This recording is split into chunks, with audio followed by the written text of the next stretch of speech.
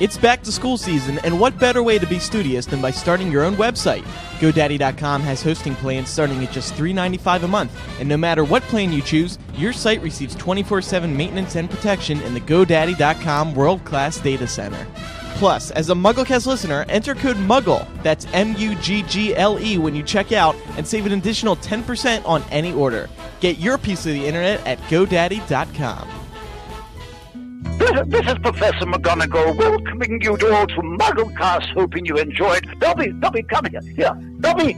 Yes, well, I'd just like to say how very pleased I am to introduce MuggleCast to all of you. Thank you.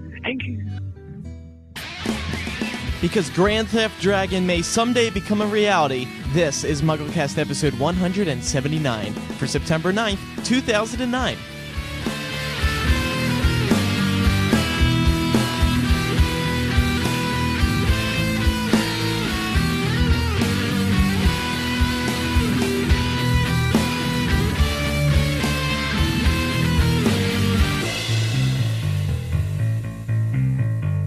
Welcome to MuggleCast episode 179. We're so close to 180, but we'll get there. We'll get there soon. Joined by a worldwide panel this week, and I can say that because MuggleNet staff member Nick is on the show this week. Hello, Nick. Hey, Andrew. How you doing? It's been a while, but It has. I've missed you. I missed you too. But since then, you've upgraded your mic. You sound wonderful. Well, thank you. And also we have Micah and Eric here this week. Hey, boys. What's up? Hey. Dog. Hey, how you come doing? on, be excited. Oh, Hey, yeah, what's Andrew, up, what's what's going up, on, what's man? up? How you doing? You're on MuggleCast, yeah. Okay, well, we have a good show for everyone today. We got some news to talk about and announcements and all kinds of crazy stuff. So we'll get right into it. I'm Andrew Sims. I'm Eric Skull. I'm Micah Tannenbaum. And I'm Nick Myers.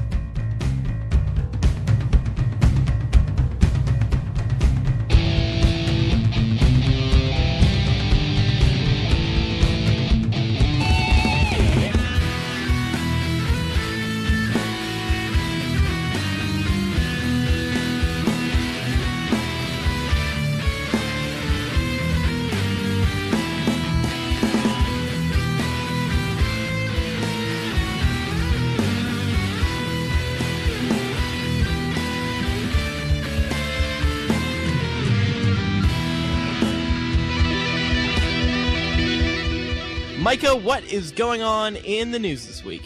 There's a good amount of stuff going on, since we don't do the show all that often anymore. But as we started out last time when we did the news, we'll talk a little bit about Half-Blood Prince and where it is in terms of climbing up the charts. And Half-Blood Prince has so far worldwide made $917.2 million. It's currently at number 11 on the all-time list, and it trails Shrek 2 by just $2 million. So, getting close to the top 10.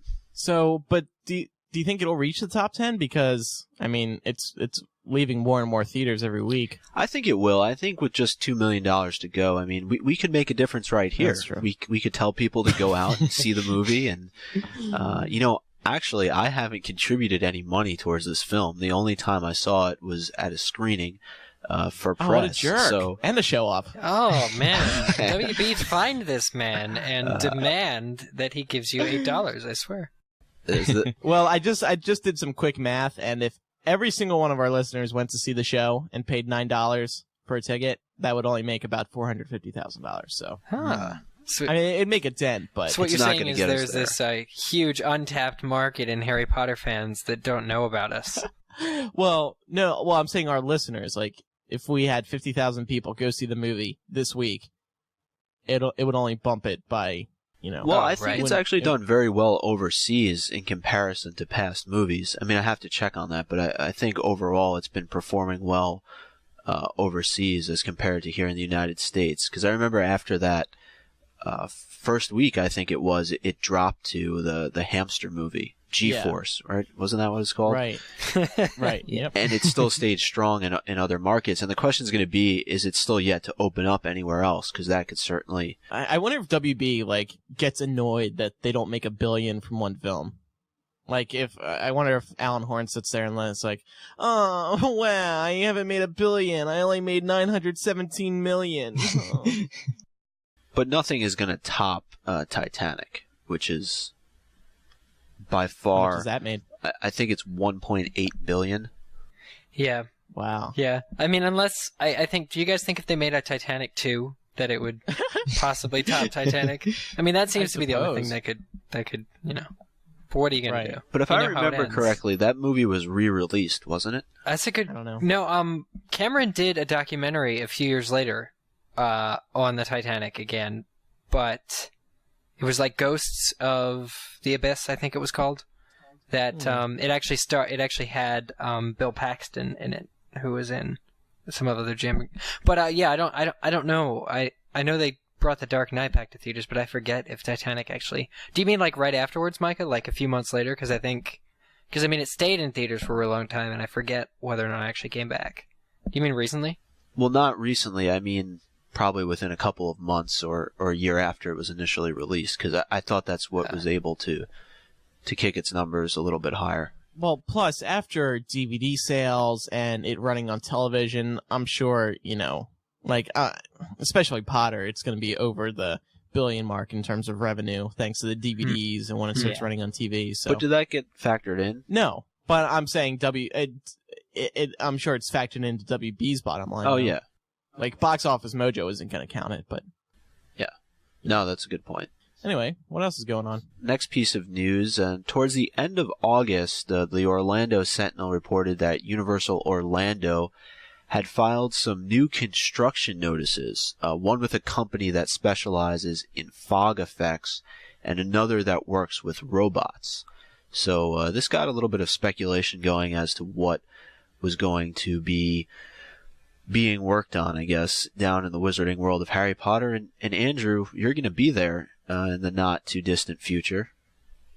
Oh, that's right, Micah. Yeah, not to brag or anything, I mean to show off. Like, no.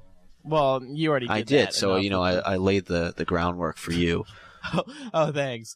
No, they're doing some press event next, like a week from Tuesday, this upcoming Tuesday, and they invited MuggleNet, so I don't know what they're revealing, but apparently a lot of info, so I imagine we'll be able to do another MuggleCast relatively soon to talk about all the new theme park stuff, and it's cool. I mean, like, the fog effects and all that's cool, and it just shows you how much detail they're putting into this theme park, and it'll be refreshing to finally get some solid details, because Universal has been so hush-hush about the project that, we just have to learn what's going on based off of construction notices.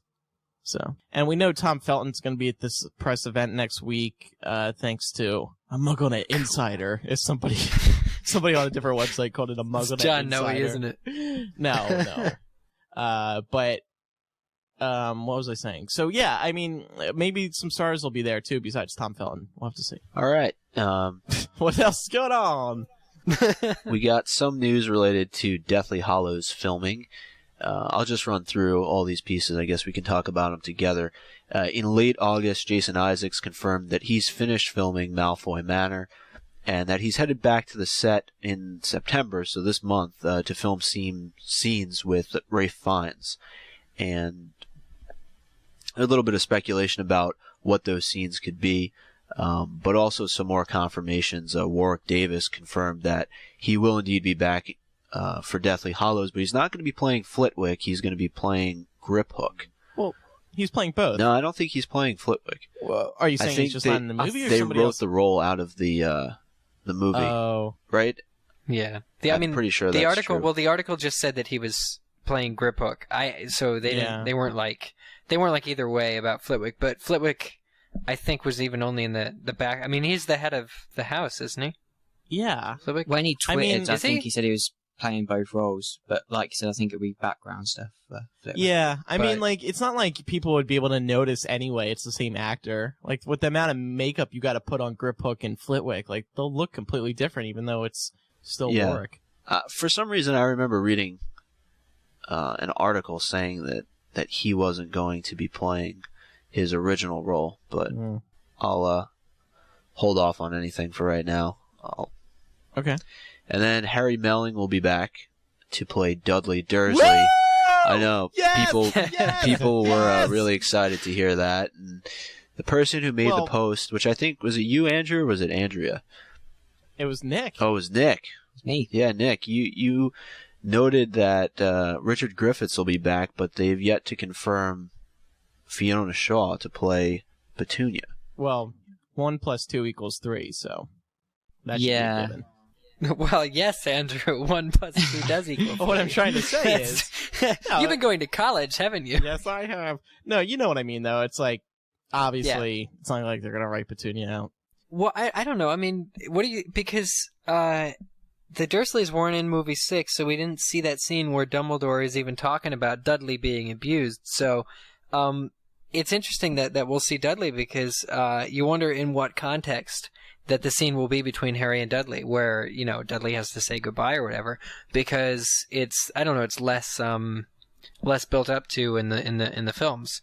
So they'll have to... I'm not worried by any means, but it'll be different, I think, than the scene in the book by quite a bit, especially if Fiona Shaw's not involved. Well, I think they'll include the 7 Potters, maybe, and just leave it at that. You know, for the Dursleys. Yeah. But it'll be good to see them again, and you have to include them. I mean, they're doing 2 parts, so it's not like there isn't room for the Dursleys. That's true. That's very true. Yeah, I think it's a scene that has to be in there, though, because it's, even if it's a flashback possibly to what happened in Half-Blood Prince, and I know, like you guys just said, it wasn't included, but it seems like it's an important scene between Harry and Petunia. Right. I don't know. We'll just have to wait and see. But, by the way, nobody sent me hate mail for being sarcastic about Harry Melling announcing he's going to be back. A lot of people were excited. I thought you were genuinely excited about that, Andrew. Well, everyone's excited because it means the Dursleys are coming back, which is good. So, yeah. I mean, you know, I don't have posters of Harry Melling in my room. You do. Like, I'm not a fanboy or anything. Don't lie. Yeah, you do. Huh? This one deserved it. It's just Harry Melling. Awesome. Yeah. What were we going to say, Micah? No, I was going to move on to the next piece of news. Well, go ahead. What else is going on? The last piece that I have here is about John Williams performing an hour of Potter at the Hollywood Bowl. And Andrew, you could talk more about this because you were there.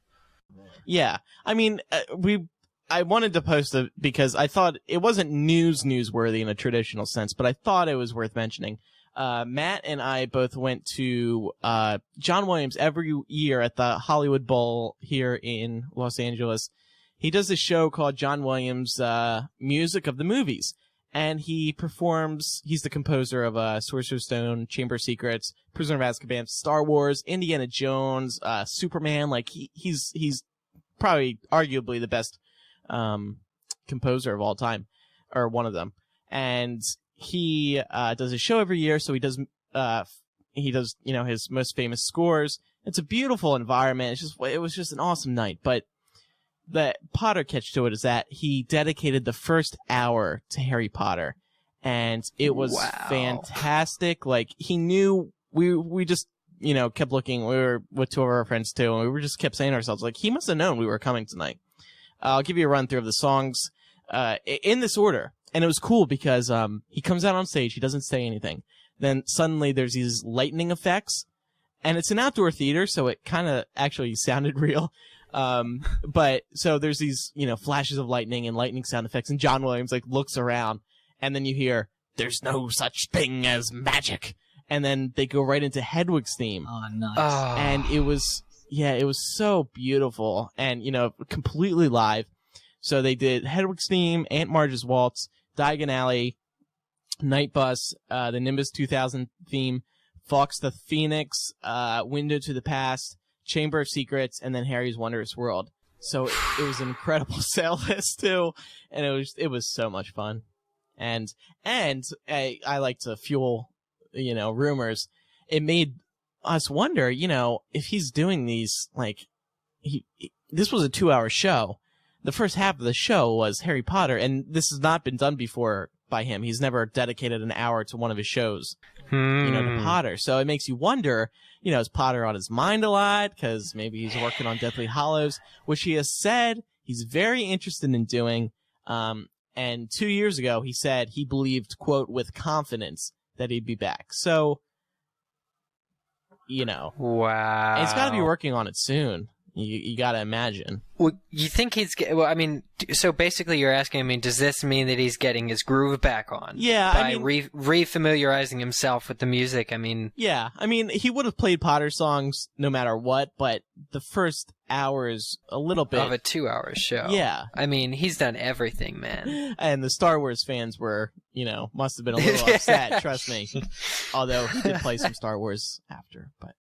Yeah, so it was a great night, and, it makes you wonder what's going on there. I hope he comes back. Oh, man. Yeah. It's going to be interesting, especially having gone away from him for, what has it been now, 3 movies? Yeah. And we were hoping, we were like, oh my God, he's going to announce it right here, isn't he? Like, he's playing an hour of Potter. He's going to turn around and just go, I am composing movie 7. And you'd be right there with your Twitter. And yeah. Oh, I was actually thinking in my head, like I was plotting, because I didn't have internet, so I was plotting who I would call first. And, for Mike, it was too late, and I didn't know who else to call. I guess I would have called you, Eric. But, yeah, it would have been breaking news. From the Hollywood Bowl. Awesome. That sounds... What is that Hollywood Bowl, anyway? I mean, where is it? It's in Hollywood. It's an outdoor venue. It holds, thousands of people. It's outdoor, like I said. You can bring your own drinks and food. We had our own little box, 4 seats in the box, and we had really good seats. And you just sit back, you sip wine, you eat cheese and crackers, and you watch John Williams perform Harry Potter. It was one of the best nights ever. It was so cool. Wow. Yeah. It was beautiful. Beautiful, beautiful. Is that it, Micah? That's all the news that I have. Thanks for sharing that. That was a great story. No problem. Well, yeah, I wanted to talk about it because I thought, he does it every year, so if you want to see John Williams and you're in the SoCal area, go to that show. He does. It's got to be a really cool experience. I mean, just from the standpoint of all the things that he has done in his career. Yeah, and seeing him live, right? And I mean, we went mainly for Matt's birthday, because his birthday's in a few days. So, whoa, happy birthday, man! Yeah. Well, thank you. Okay. Where's Matt? He's at Panera. He's working. Oh, yeah. Okay, so moving on to announcements now. And this is sort of news, actually, too. Registration for Infinitus 2010 is now open. And Infinitus is a Harry Potter conference. It's run by the same people who put on Lumos, Prophecy, Portus, and Azcatraz, which, we've been talking about for the past several months because it just happened in July. It's going to be taking place in Orlando. They're working with Universal, so there's going to be an event at the theme park. Maybe. It's not been announced yet, but maybe. So it's going to be incredible. And dogs everywhere are just going crazy at the news. So visit infinitus2010.org. You can find more information there. Register. We hope to do a live podcast there. So, I mean, it's too early to announce anything yet, but it's from July 15th to the 18th in Orlando. In Universal Studios, at Universal Studios theme park there in Orlando. So, another announcement, don't forget to vote for us at Podcast Alley. We've been asking you to do so since sometime in 2005 when we started our show. And Mikey, you found out a pretty interesting fact today? Yeah, it was. I don't know how you found this out. I was on Podcast Alley, and they let you go back in time and look over, what was the top 50 or so, from the past few years, and you could go month by month. And I found out that MuggleCast has never been outside of the top 10 podcast at the end of each month on Podcast Alley since we began the show back in August of 2005. Wow. And pretty impressive. The only time we've dropped out of the top 5 was from April to June of this year. So I don't know what our fans were doing. Maybe they were on vacation or something like that. I don't know. Well, I see in June we were number 10, so that's still good. I mean, don't get us wrong. But cool. Well, and, that just shows you how great our listeners are. So thank you so much for voting for us on Podcast Alley. It's pretty easy to do. Just go to podcastalley.com, search for MuggleCast, and give us a vote. And you can leave a comment, too. The next announcement, we talked about this a little bit on our last show, that there was this fantasy football podcast called Fantasy Focus that has been more or less calling us out. I think they referred to us, according to one of our listeners, as bastards on the last show that they did. Oh, come on. Their September 4th edition. So some of our listeners have reached out to them and said that one of us would be more than willing to go on their show and speak with them. And, I reached out to their host today, so we'll see what happens. Well, so are we going to have a Harry Potter trivia contest with them? No, I don't think that would be the plan, but hopefully they weren't joking. Maybe, they were kidding about someone being on the show. Maybe. But Mikey, you'd be a perfect candidate since you're into sports and you like fantasy football for whatever reason, so. Yeah. Hey, look. We both talk about stuff related to things that aren't real, so... Wow, way to find common ground, Micah. And a couple birthday announcements. The first one goes out to Ben, who wanted to join us today, but he was traveling to New York today. He just found out a few days ago, so he couldn't join us. But Ben just celebrated a birthday, so happy birthday to him. And also, happy birthday to Matt, who is turning 24 on September 11th. So let's move on now to Muggle Mail. The first letter we got today was from Emily. She's 15 and from Maryland. She writes, Dear Mugglecasters, first of all, I want to say that you guys rock and I love your show. Also, I want to say that I think that the Deathly Hallows movie split you discussed in your last episode is perfect. The trio getting caught by the Snatchers happens almost directly after they go to the Lovegood's house and find out what the Deathly Hallows are, which is obviously a very important part in the book. The ending to part 1 will be great, with finding out about the Hallows being the climax and getting caught by the Snatchers being the awesome cliffhanger. The split also allows part 1 and part 2 to stand as totally different movies but at the same time flow together. What I mean is that even though both parts will be exciting and adventurous, part 1 will be more introductory while part 2 will be more final. And I'm just really thankful that Warner Brothers got this right. Yeah, so there you go. There's some feedback about the breaking news we reported last week. I'm very sick. Do you actually know what the exact moment of the split? Because if it's after they've been told what the Deathly Hallows are and then it ends, that would be cool. If they get caught by the Snatchers and then it ends, I'll be kind of miffed, I think. Well, according to Jamie, who heard Joshua Herdman reveal this at MuggleCon, or Muggle Mayhem, which was a couple weeks ago, it's supposed to happen right after the Snatchers, or right after they're caught by the Snatchers. That's going to be horrible to wait another year to find. Yeah, to just be thrown back straight into the action. Well, that's I guess. I mean, it's an ideal place to split it, but right. I think it's a clever cliffhanger. Yeah, definitely. I mean, we'll see. I think they'll make the most of it. They'll anyone who has their doubts, I think, will be pleasantly surprised, just because they won't want fans to be disappointed. Yeah. By any split. The next email comes from Sophie, 21, of New Haven, Connecticut. And it says, Hi all, just write to let you know that bastard-coated bastard with bastard filling comes from the TV show Scrubs. It's from a line of the character of Dr. Cox. Lady, people aren't chocolates. Do you know what they are mostly? Bastards. Bastard-coated bastards with bastard filling. But I don't find them half as annoying as I find naive, bobble-headed optimists who walk around vomiting sunshine. I'm sure that loads of other people have sent in similar emails, but I thought I'd send it in. Sophie, what the does this have to do with? Well, this... the last show. Yeah, the last show, somebody... What happened? Somebody quoted the bastard-coated bastard part. And we were like, what's that from? Is that from the book? And it wasn't. And we got a lot of emails about this. So thanks to everyone who clarified. Obviously, none of us are Scrub viewers. Or at least anyone who was on the show Scrubs. last week. It's a really funny show, actually. So why didn't you catch up on it? I don't even remember that this was said. Yeah, it was. It was said in somebody's email. Oh. And we were like, what's that? So... They could have swore. Next time you guys quote something and it's not from Harry Potter, let us know where the quote's coming from, because chances are we won't know, it seems. Eric, you want to take the next email? Comes from Carly, age 12, from Massachusetts? M.A. Massachusetts. That's right, yeah. Yes. Anyway, sorry. Next one comes from Carly, age 12, from Massachusetts. Subject, Good Girls Gone Bad. She says, hey, I was just listening to your most recent episode, 178, and the music connection for Good Girls Gone Bad could be in the 5th. I assume she means movie. Yes. When Harry, Ron, Hermione, Luna, Neville, and Ginny are all walking back from the DA meeting, and Hermione says it's kind of fun, isn't it, breaking the rules, and Ron goes, who are you? What happened to Hermione Granger?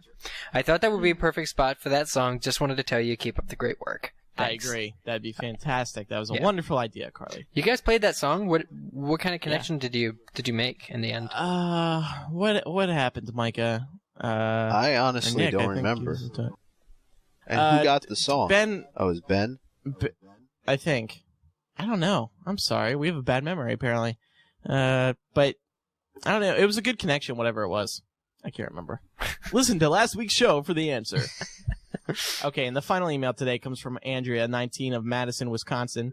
She writes, hey guys, I've just started listening to the show in the past few months, and you guys are doing a fantastic job. Well, thank you.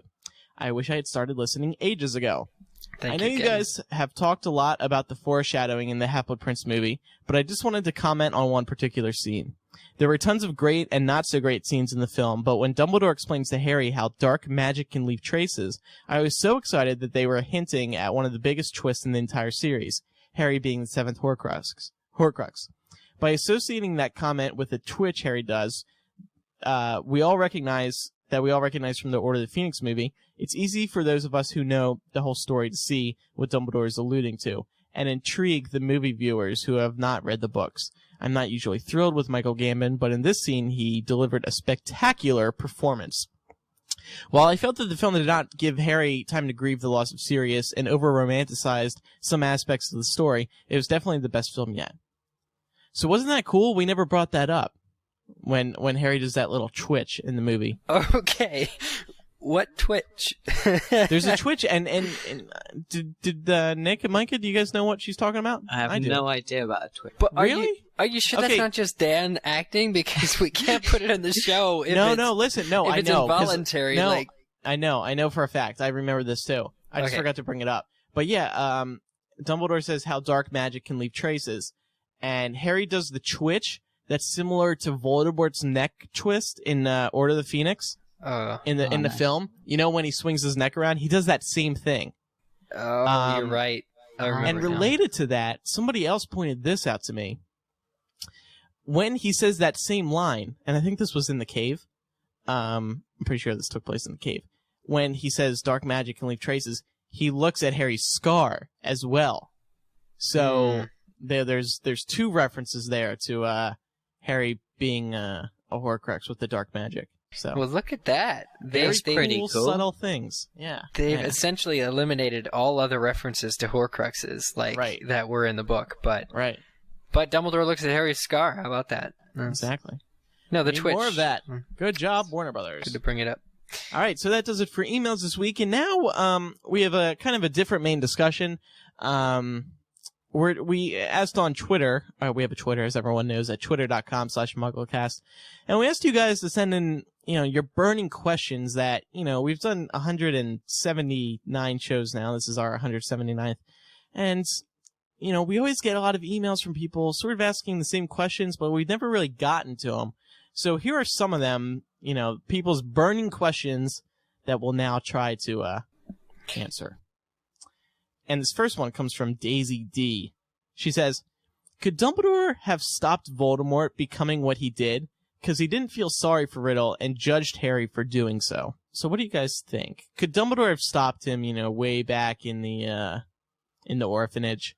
Or even at school? Could he have somehow changed Voldemort?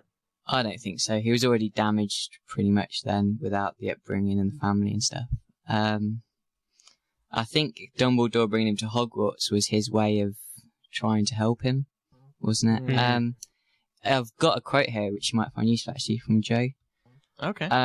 She says she was asked by a fan in a web chat how much does the fact that Voldemort was conceived under a love potion have to do with his inability to understand love? And she replied, it was a symbolic way of showing that he came from a loveless union. But of course, everything would have changed if Merope had survived and raised him herself and loved him. So I guess what she was saying was that as soon as Moreau died, there was little hope for Tom Riddle, and so Dumbledore couldn't really have made a difference, I guess. You reeled that one in. Yeah. But I mean, I guess even from argument's sake, she did still sort of leave it open. I mean, or at least from the question that we're asking, I mean, couldn't there have been any way somehow Dumbledore could have put him through counseling, or at least giving him a hug. Give him some love. Probably could have given him a hug, I think, at one point. No, but I mean, the whole thing was that Dumbledore apparently or supposedly didn't know that Voldemort was... I don't know. I mean, Dumbledore, to a fault, believes the best in people, and his excuse when Harry asked him that question was more or less, or maybe this is a movieism, but, did you know then? Did you know, sir, then... Right. That I had just met there. And he said no, but I mean, I think during the tutelage, during the years, Dumbledore possibly should have seen the signs, but Dumbledore wasn't headmaster then either. Could he have stopped him is the question. Well, physically, powerfully, yeah, Dumbledore could have stopped Voldemort, but... I think by her giving that answer, though, it takes away the whole idea that people can be inherently evil. And I think that a lot of the characters we do see in the series, and Voldemort, I guess, could be the exception, that if he was raised a different way, he wouldn't have turned out the way that he did. But, I always had this perception of Voldemort as being an inherently evil person from the beginning. And you just see that from the way he's brought up in the orphanage. I mean...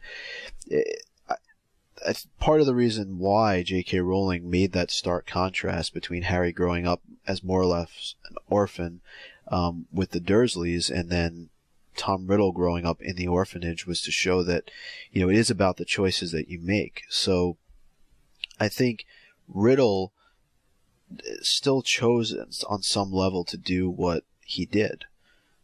I don't know. It seems like quite a bit of a jumbled mess to me, because is he inherently evil, or is he a product strictly of being brought up that way, or is it kind of a mix of both? I think it's a mix of both, but also you just have to, I always wonder, could he have been, sort of quarantined in a sense? I mean, if Dumbledore saw him growing into this this evil-ish character as he developed in Hogwarts, I wonder if Dumbledore could have done something then to have stopped him. Whether it was to, I don't know if quarantine's the right word, but put him in counseling or just lock him up in a chamber somewhere and keep him there if he's not going anywhere if good. You go back to that scene, and it sticks out more in the movie than in the book to me, but when Dumbledore comes face to face with Tom Riddle, and he basically asks him if there's anything that he wants to tell him, and he can tell that Tom Riddle is lying to him. If Dumbledore is this impressively powerful individual who I'm assuming has ability to read people's minds like other wizards, and I thought that was a huge misstep on the part of Dumbledore's character to not say right then and there, you're not telling me the truth, something else is up. And if he could stop him at that moment of the Chamber of Secrets, could that have prevented, what he became after that? Do you guys know, I mean, what sort of confinement have we seen of wizards in the books relating to if they're bad? I mean, Micah asked if Dumbledore couldn't, put him in a room or somehow contain his emotion, but really if you're a bad wizard, you either die in fighting or go to Azkaban, where you live a completely empty, almost soulless, but not quite soulless existence, during your time there. There's really no wizarding time out. And furthermore, Durmstrang, the school, is devoted entirely or even more heavily to the dark arts and teaching the dark arts. So if Riddle had gone to Durmstrang, that would have been perhaps even worse than going to Hogwarts. But there just doesn't seem to be a place for, and perhaps Joe hasn't really created a containment sort of system for those wizards who are just corrupt. I mean, they get sorted into Slytherin, I guess, and absorbed by their community there. Right. But at the same time, I mean, I think, from the writing standpoint, the whole idea was to, show Dumbledore was flawed in his decision-making, show Slughorn was flawed in his decision-making. Everyone who had encountered Tom Riddle at an early stage and chose not to act, that they are somewhat complicit in what happened. We could talk about this for hours because it all goes back to the same conversation of looking at how Tom Riddle was brought up versus how Harry was brought up and the different choices and the paths that they took in their lives. We encourage our listeners to send in their feedback because I'd like to see what everyone else thinks about it. I'm an optimist. I think he could have been changed. I mean, of course, for story's sake, we don't want him to change. But in realistic terms, and I think Dumbledore sort of would have been smart enough to notice. And I also think back to, as we see highlighted very well in Half-Blood Prince the film, when Slughorn, or when Voldemort is asking, or when Tom Riddle is asking Slughorn about Horcruxes. I mean, gosh, no, of course not. Of course he wouldn't be asking that hypothetically, like, or for academic purposes, as was described in the book. So sad. Okay, so let's move on to the next question, then. It's from Paris2616. Why did JK Rowling get rid of all the father figures in Harry's life? James, Sirius, Dumbledore, Lupin. She killed them all. And of course the simple answer to this would be, this helped Harry become an adult, put him into adulthood, and to make him stronger. I mean, at least that's my opinion. But do you guys think there's more to it? Well, she didn't kill all of the father figures. I mean, she kept Arthur Weasley alive. She gave him the reprieve and did Lupin and Tonks. But she almost did. She almost killed Arthur Weasley. That's true. True. But also, I mean, James, Sirius, Dumbledore, and Lupin, I think they are the largest, they are the largest, father figures to Harry. Well, she said in a quote somewhere that she killed Lupin and Tonks to mirror or echo the death of Harry's parents. Right. So it went full circle. But in regards to Dumbledore, I think he had to die for Harry to be truly alone and on the quest and not have someone he could fall back on, I guess. Yeah. I guess if you think about it, you can really pull each of these apart. I mean, and offer reasonable explanations. James died, of course, for Voldemort's whole attack in the first place. Actually, I don't know as much about Sirius. Why would Joe choose to kill Sirius?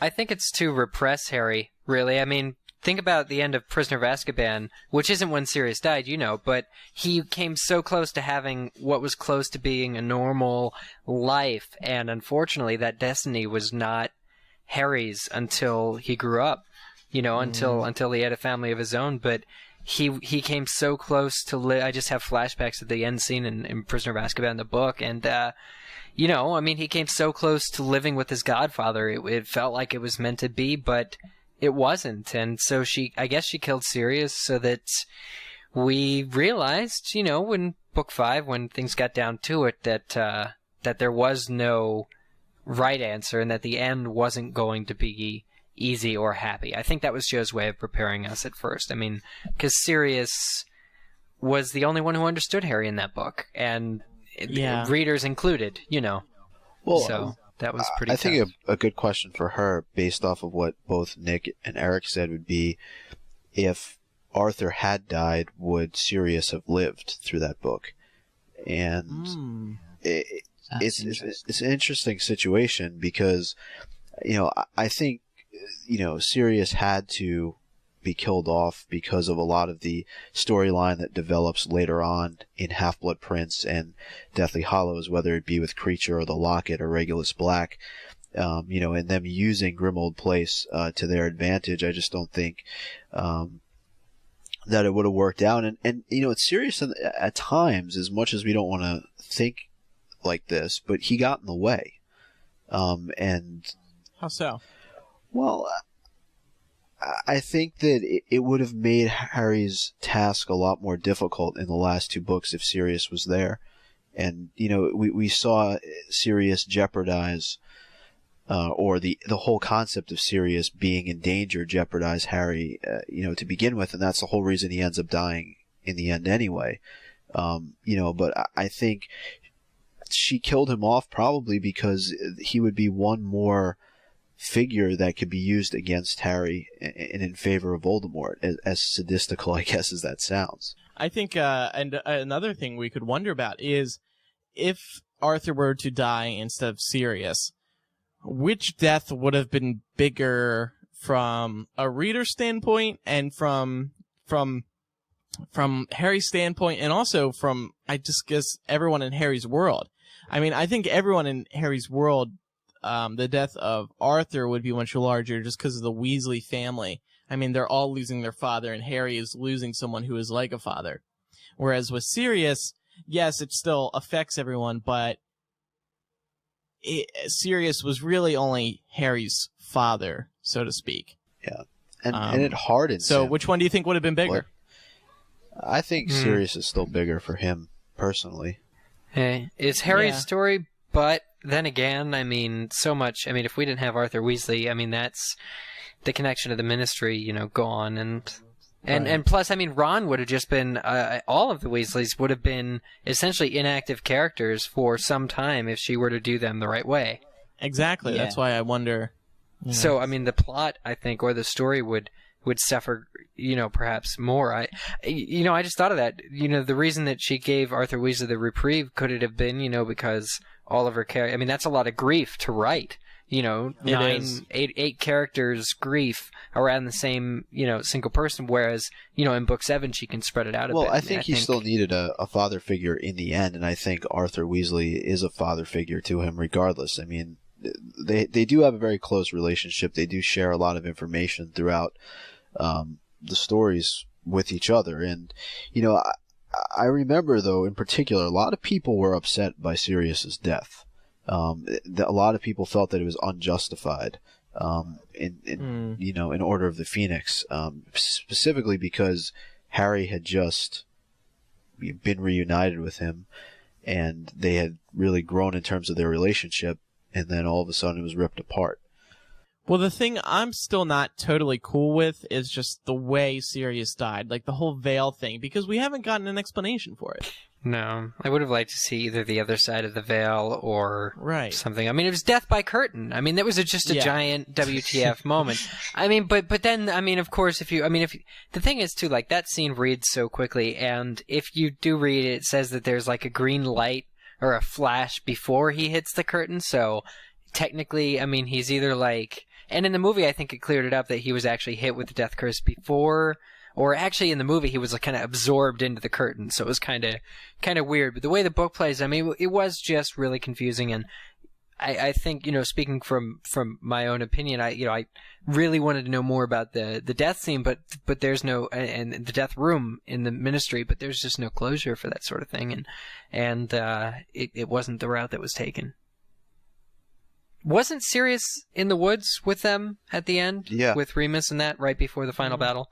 Okay, so, I mean, at least it's closure in that, knowing that Sirius isn't in some kind of limbo that, falling through the curtain just took away his body, and that he still ended up where he was supposed to. Anything else on these other characters? I mean, I think we spent a lot of time talking about Sirius. Yeah, well, I think Sirius was the most debatable. I mean, we know why Dumbledore had to die.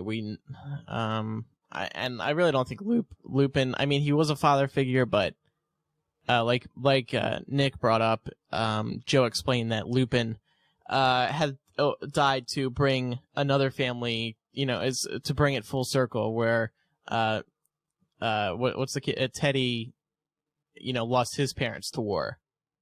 So that I get. I think that was a nice touch. So, any other thoughts about that question? Okay, then we'll move on to the next question from Forever a Fan.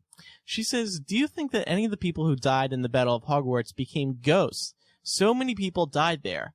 And we've talked about ghosts before on, past like Halloween shows, but we don't think we've done anything since Book 7 came out. So let's talk about that. As Nick, Nearly Headless Nick described, not MuggleCast co-host Nick, wizards can leave an imprint on themselves upon the earth to walk palely where their living souls once trod. I was afraid of death. I chose to remain behind. I sometimes wonder whether I oughtn't have. I should not have. Well, that is neither here nor there. In fact, I am neither here nor there. That's a quote from Nearly Headless Nick in Order of the Phoenix, Chapter 38. And thanks to the lexicon for that quote, by the way. And according to Jo, she herself said, there are some people who would not come back as ghosts because they are unafraid or less afraid of death. So in other words, you got to be afraid of death to want to be a ghost. So with all that information, guys, we know Snape, Fred, Remus, Tonks, Colin, Creevy, Bellatrix, Crabbe, numerous Death Eaters, they all died. Any of them do you think would come back as ghosts? And why? Wow, that's a powerful question. No, I'm just kidding. Really? I mean, there's a lot to it, though. Yeah. You'd have to. Well, I wanted to present everyone with the background information. You'd almost have first. to analyze each individual character to figure out whether or not they would want to become a ghost. I guess you could rule out the Order. I mean, surely they knew in joining the Order of Phoenix they face death, so surely they was accepting of death, They can't be afraid. and therefore wouldn't be a ghost. And that's a good point too. That this was the battle of all battles. So those who went to battle with They were going up against Voldemort. Well, with some mental preparation, would have would be less likely to not. Would be less likely to feel as though they have unfinished, business on Earth. I think what it is though that the kids who were fighting, the students who were old enough, who were basically allowed to take their wands and go do what they could in the end. I mean, during that final battle at Hogwarts, I mean, I think those, and characters we couldn't name nor know of who, the unnamed fighters would probably be the ghosts, as opposed to the characters we know and love who, again, like Nick said, knew what they were doing and, unfortunately, bit it, but were prepared to. I don't think anybody on that list that we have right there would probably become a ghost. What about Fred? I mean, his death was so sudden, and I almost think he would prefer to. So, did he even have time to think of whether or not he's afraid of death? He's the sort of person that would stick around to annoy people and like a poltergeist. Join in with he's not peas. I think the Fred thing, I mean, if you're a Weasley, at this point in the wizarding world, if you're a Weasley, you face so much prejudice and battle and hardship through your family that you're ready for death. And more to the point, JK Rowling killed him with a smile on his face, and that is the best way to go. I actually know it's the worst way to go out, but it was fitting enough that I don't think Fred's character has anything unresolved, because he died, Fred the jokester died with a smile on his face. I mean, that was his closure. If anybody, Voldemort would be at the top of my list to become a ghost. Jo ruled him out, I think. Yeah, I think she did. Yeah. But he would. But yeah, sure. If he was human in some capacity. Yeah, if he had enough of a soul to become a ghost. Yeah, that would be my choice. But nobody else. I mean, not even Snape. I mean, Snape. Would Bellatrix for Voldemort? I really don't think she's afraid to die, because of how crazy she is. Like, I almost think she doesn't think about it at all. Yeah, she's a bit warped. Just because her mind's just not there, and like, again, you're working with the Death Eaters, you're working with Voldemort. I think death certainly crosses your mind. So if you're in as much as Bellatrix is, I think she would not be afraid to die. But I wonder, I wonder why this is the rule for becoming a ghost. Like, do you think this is the rule? Like, you have to be afraid or not? I mean, could it just be that, can't you be afraid to die? Or can you not be afraid of death, but still want to come back as a ghost? I thought it had something to do with unfinished business as well. I remember reading that somewhere. Well, you can't really do business as a ghost, can you? Well, you can get living people to try and finish the business. Yeah, I guess it's also worth noting that Jo did say ghosts are more lifelike than a portrait. But why is that the only reason, though? I mean, I kind of agree with you. Yeah. I don't know. I don't know. Maybe it's something to discuss further in our Halloween episode. I mean, Joe said this in a chat where the question was sort of posed to her out of the blue, so maybe that was just, she didn't want to go into more detail. But I think that's definitely an interesting question. These are good questions. Oh, right. Well, in that case, we'll move on to the next question, which is from Kelsey0403. And she says, the many crimes of Harry Potter, killing Tom Riddle. Okay. I mean, basically, she wanted us to discuss the crimes of Harry Potter. And I assume, I mean, Micah, do you know exactly what she was asking? The gist I got from it was, how does he get away with it? But is that what she was asking? Or just the nature of them? I mean, I don't know. Or I think it's more of the fact that he gets away with them. Guys, right. You have to share this. She wrote in the actual Twitter post is Grand Theft Dragon. Grand Theft Dragon. Yeah, that's funny. So, I mean, we came up with a little list of stuff that Harry has done. We all know he's a troublemaker, but I guess you have to wonder, and we'll try discussing it, why, he's gotten away with so much. A smaller thing, he's traded information with fellow Triwizard Tournament competitors, and I guess, I don't know if that's against the rules, but, it's still sort of like cheating. He stole the dragon, of course, the Grand Theft Dragon, and, he's been caught breaking and entering into Gringotts. Countless times, he broke the rules in Hogwarts with Ron and Hermione, and of course he killed Tom Riddle. So, I think killing Tom Riddle, you can argue that one. And also, we've seen laws from the Ministry of Magic, such as, you can use magic in the presence of a Muggle as long as it's in self-defense. But nonetheless, why do you guys think he still gets away with all this stuff? Well, because if he didn't, there wouldn't be a series. But yeah, but because Joe could have written in an explanation. Yeah. I mean, breaking those down real fast, throwing aside the trading the information, I mean, that's not something I don't think would be cause for arrest, whereas some of these others. But I'm not even saying arrest. It's just like another example of how. That was slanted though too, because I mean, Mad Eye Moody was in it trying to kill him. I mean, Harry didn't even want to be part of that.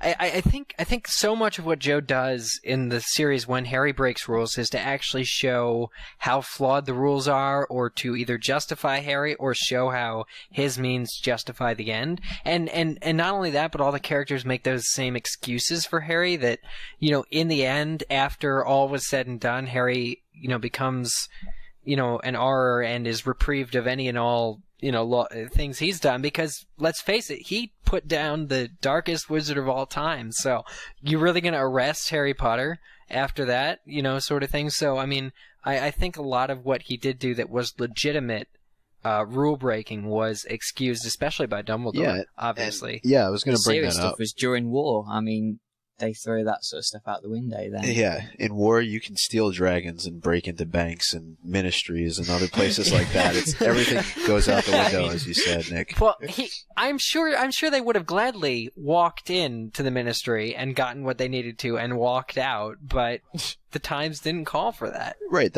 Well, I guess it's like, how in like James Bond there's a license to kill. Well, does he have a license to do whatever the hell he wants because he's defeating Voldemort? Like, is that the thinking in the wizarding world? Maybe not to, he's not just going to go around killing. I think it is. I mean, go back to, I think it's at the end of Chamber of Secrets, or is it Sorcerer's Stone, where Dumbledore tells him he has a certain disregard for breaking the rules. Chamber of Secrets movieism. And no, actually, it's in the book too. But Chamber of Secrets. He compares them both to his father and to Tom Riddle. Oh. So. I think in two different books, but he does, both of them don't like to follow the rules. So, and again, I mean, in Deathly Hallows, he's made into this, rogue type of, you mentioned James Bond, but, it's almost like he's on the run from everybody. So, when you're put in that position, you're going to have to break some of the rules. You're going to have to do some things. And if you want to be successful and get out of the situation that you're in. Yeah. God, I can't stop thinking about that scene in the Simpsons movie with Santa's Little Helper, where he says, "I did things no dog should do. They will haunt me forever." But honestly, though, self-defense is the number one, protected next to free, speech and press nowadays. The self-defense is as high as it gets to, within the law for you to do what it takes if your life is in danger. And that just reminded me of, your question. Well, in Prisoner of Azkaban, when Fudge says, this is a movieism, but, we don't cart people off to Azkaban just for blowing up their aunts. What if they had? What if Book 3 entailed Harry going to Azkaban? And what if they locked Harry up for blowing up his aunt? If Dumbledore wasn't able to convince them that Harry needed to go to school so that he could complete school and be a decent wizard so he could go up against who or whatever, if they just put him off in Azkaban, that would have been the end of the wizarding world. If they made Harry do the legal thing and held him accountable for his actions. Now, what about this killing Tom Riddle? Is this from Chamber of Secrets, or is this when he actually kills Voldemort at the end of Deathly Hallows? I'm not sure. I'm just going off of what this listener said, but killing Voldemort. I think who's gonna fine him for that, but And even Tom Riddle, he didn't really kill Tom Riddle in the Chamber of Secrets. Well, Tom Riddle was killing Ginny. He was absorbing her life, and right. and really, Harry thought he was dying by the poison. So I don't know. That's a tougher one, I think, than killing Voldemort.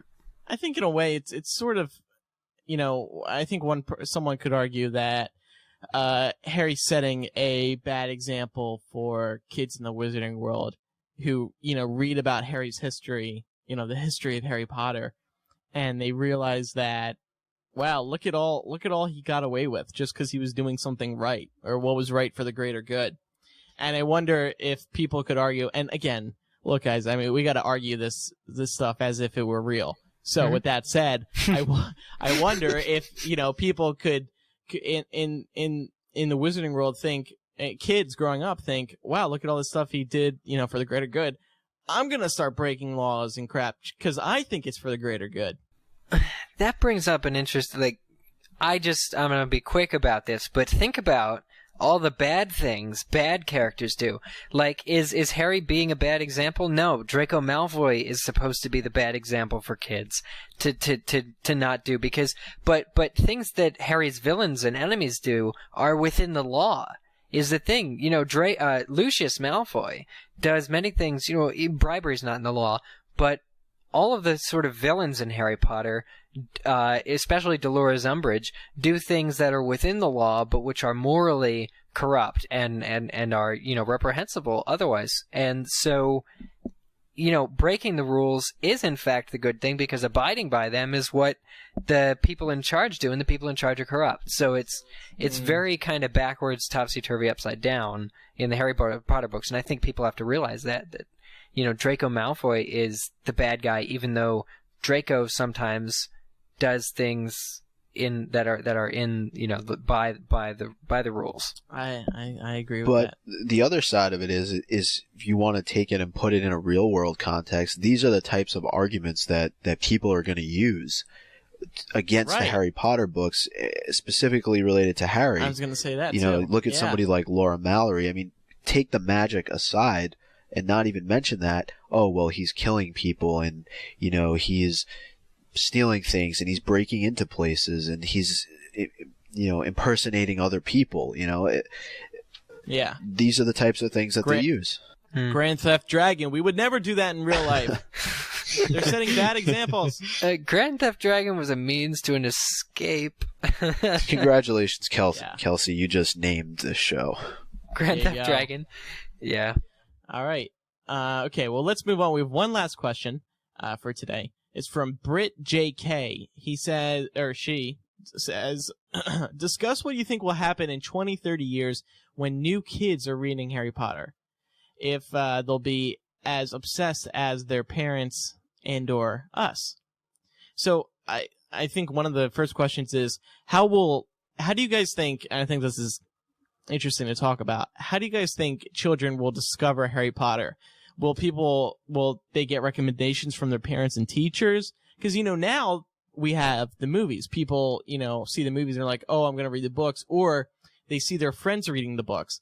But not as many people 20, 30 years from now are going to be reading the books. So how are they going to be recommended? How how are the Harry Potter books still gonna stay alive and extremely popular? We know they can, but how are people gonna realize it? You know what I'm saying? People get the books beamed to them on their Kindle 3000. That's true. That's true. Or while they sleep, played, constantly. But really, how do you think people will find out about Harry Potter? Say we all get married and have kids, and in 20, 30 years from now, they're just entering the age of, reading, and they're old enough to read Harry Potter. How would you convince them to read it? Read it or I'll disown you. No video game. Well, without getting arrested, how could you? I guess it'll be more prominent in schools and reading lists and things, won't it? Yeah. Well, hopefully. I mean, the problem right now is a lot of schools don't have it in their curriculum because kids see it, or teachers and I guess administrators see it as like too mainstream.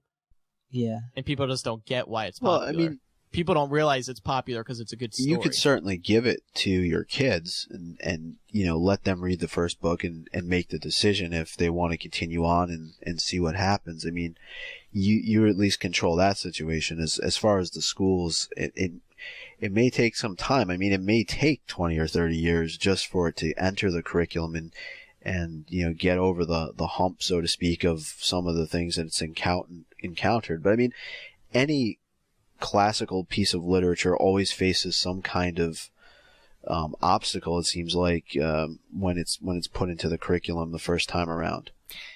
That's rather true. And I mean, let's not forget, I mean, Harry Potter surged in a time when it wasn't part of the school curriculum. I mean, it being a part of the school curriculum wasn't, it wasn't dependent on that for its popularity. And so even if it's not in school curriculums, I'm inclined to say yes, it will still be viewed as classic literature. That certainly, I mean, how popular the books are, that they're published in all those different languages.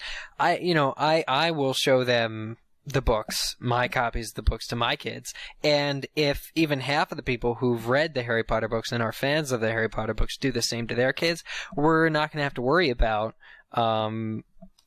there not being a fan base for it, or it not being, part of, if not mainstream, at least, casual conversation, pop culture. I think just the impact of Harry Potter is too great for it to be forgotten in any span of a few decades.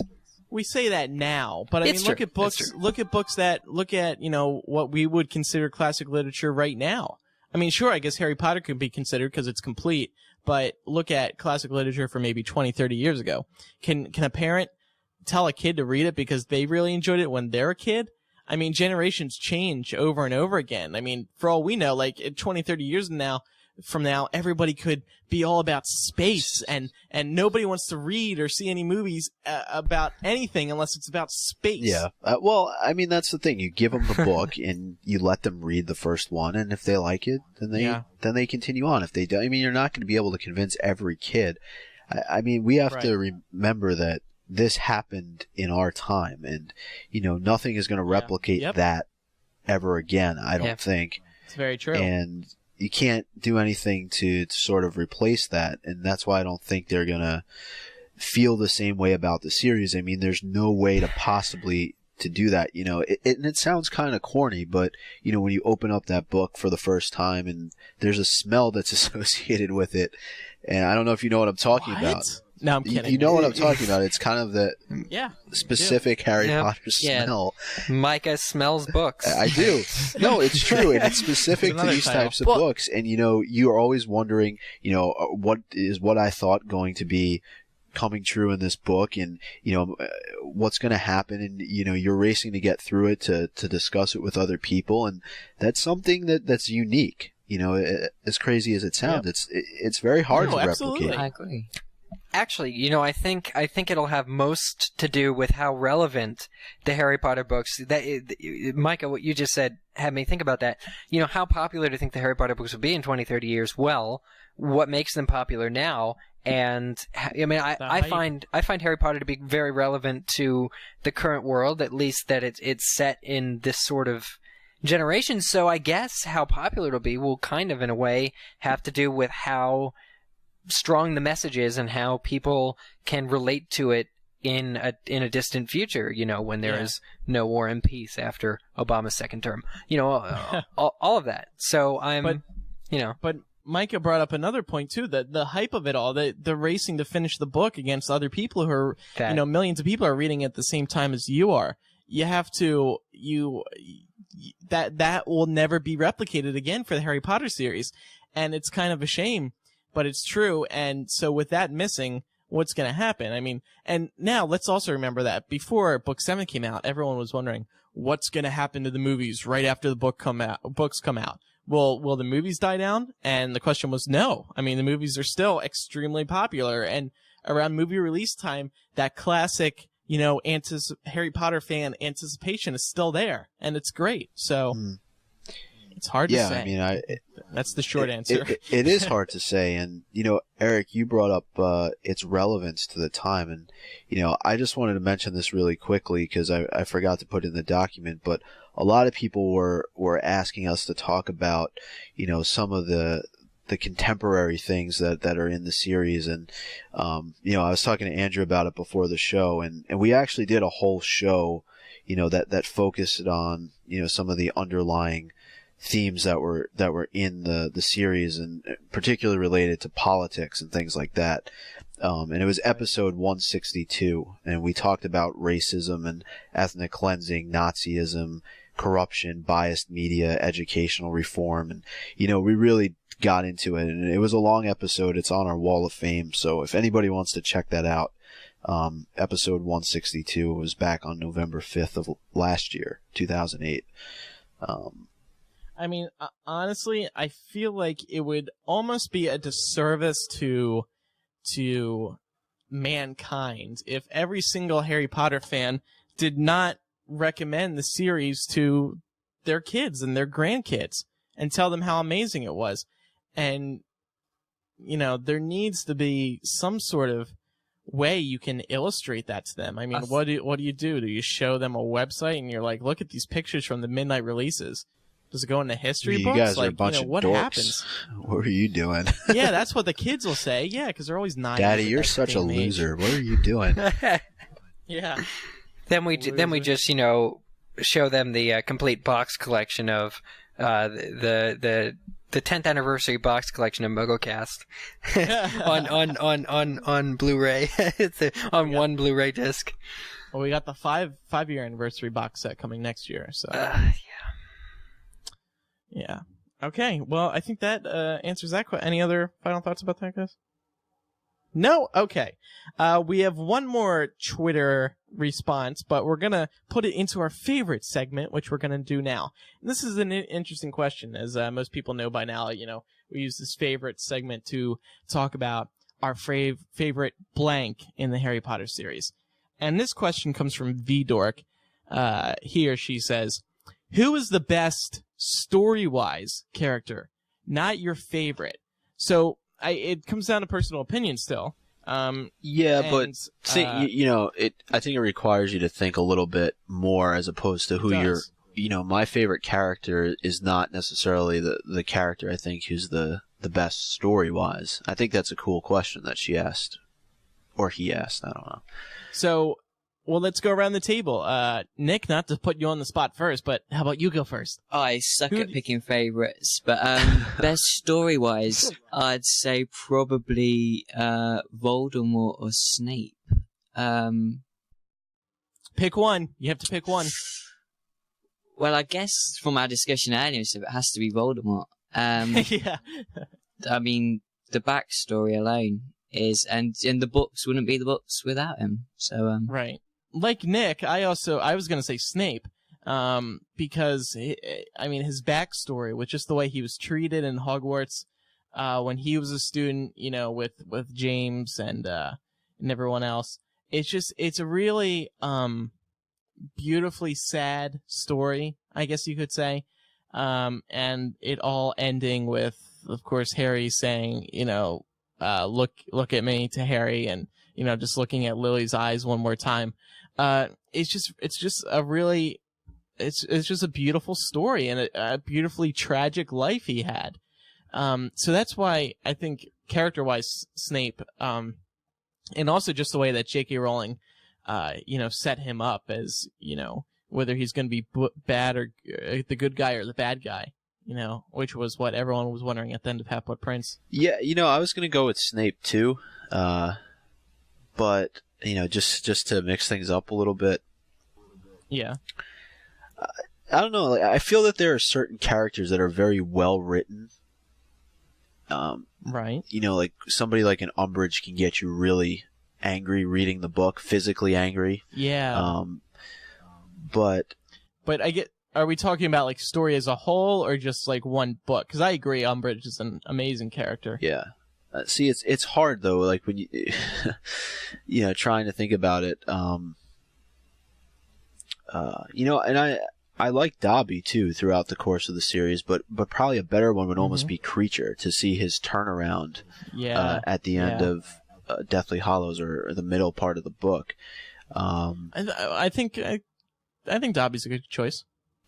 Or Creature for that. I don't Creature, think that. I think it's hard if you're not focusing on like the trio. You're probably going to go for somebody who's a little bit of a bigger character, but. I don't know. I say Creature. I'll vote for Creature. And it's a very rewarding experience for the reader and of course the trio. And it was you had a very rewarding feeling seeing Creature have this turnaround. It was like yes. Yeah. Yeah. Story-wise, it's Snape just because of there was an entire mini book dedicated to it. It's just he's the character everyone either loves, hates, loves to hate, but regardless, it was until the very end people were trying to guess his loyalty, and he was just the most interesting. I think he's the most sympathetic character too. Sympathetic in that we're sympathetic towards him. He's probably the most flawed, even more flawed than Dumbledore and Harry, and he's yet, I don't know, is he the most human? Would you say? I Snape? think so. In all his inhuman. Yeah. I was saying it's just, a beautifully tragic story. Yeah. And it made it very human. Yeah. We threw out a couple of other ones just because I think Snape is probably, all four of us mentioned him. So I know we said Umbridge and Creature. And I don't know, Petunia is another one too. Who has an interesting story that you find out about later on. But I don't think anyone's topping Snape. I think Snape wins hands down. Yeah, I agree. Thanks, everyone, for those questions. If you don't follow us on Twitter already, you should, because quite frequently we're sending out tweets to our listeners, asking them for questions and stuff. So there's your opportunity to get in on the show. And everyone here is on Twitter, minus Eric. Yeah, I don't have Right. Twitter yet because I don't have a smartphone. Before you ask, I don't have a smartphone, and I want to get a smartphone before I get on Twitter. It just makes sense. I know you don't need one, but I want to be able to mobile Facebook. And that was a shameless plug for everyone who has a Twitter on the show. So before you yell at me, that's exactly what it was. Nice, thank you. You arrogant, stupid, shameless plugging news anchor, you. It's time for Chicken Soup, Back to School edition, and it's from Jordan, 19 of Michigan. And she writes, "Dear MuggleCasters, I have been a listener for quite some time now. I have never really had a reason to write into you guys, but I guess I do now. This is my first year in a major university. My life is in the middle of this weird transition between childhood and adulthood. Basically, everything I know is changing right before my eyes. Plus, on top of that, I am very homesick. But there's one thing in my life that hasn't changed. You guys! I can still come back to my dorm at night, plug in the iPod, and hear your voices just like old times.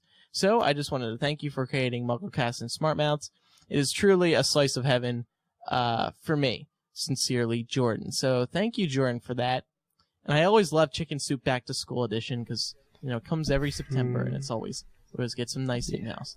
So, best of luck at college, everyone. And for everyone else who's back in school, it's time to wrap up the show. But before we let everyone go, we want to remind you about our contact information.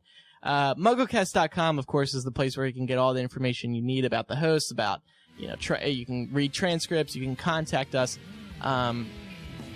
But we want to remind you to follow us on Twitter at twitter.com/MuggleCast, and to also fan us on Facebook with our shiny new URL, which is facebook.com/MuggleCast. So it's nice and easy to get on there and become a fan of us. And we send out updates through our Twitter and also through MuggleCast, so make sure you do that.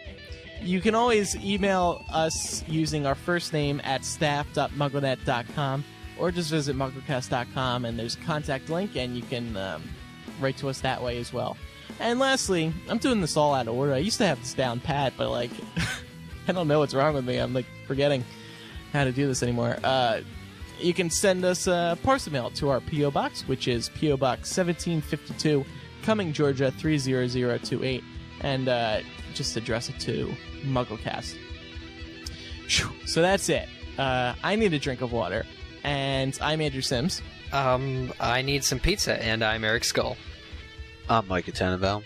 I need a Coke, What do you and I'm need? Nick Mice. Michael, what do you need? I Coke, pizza, water. I need some soda. Okay, so you need Coke too. Not that kind of Coke. Or, oh, I see. Okay, well, something Nick sugary. probably needs some sleep. What time is it there, Nick? 4:30. Nice job, man. Jamie would never do that for us. Just kidding. But yeah, seriously, thanks for staying up so late. You're very welcome. I enjoy it. 4:30 in the morning, if anyone didn't get that. So, all right. Again, thanks, everyone. We'll see you next time for episode 180. Woot. Bye-bye. Bye. Ooh, bye.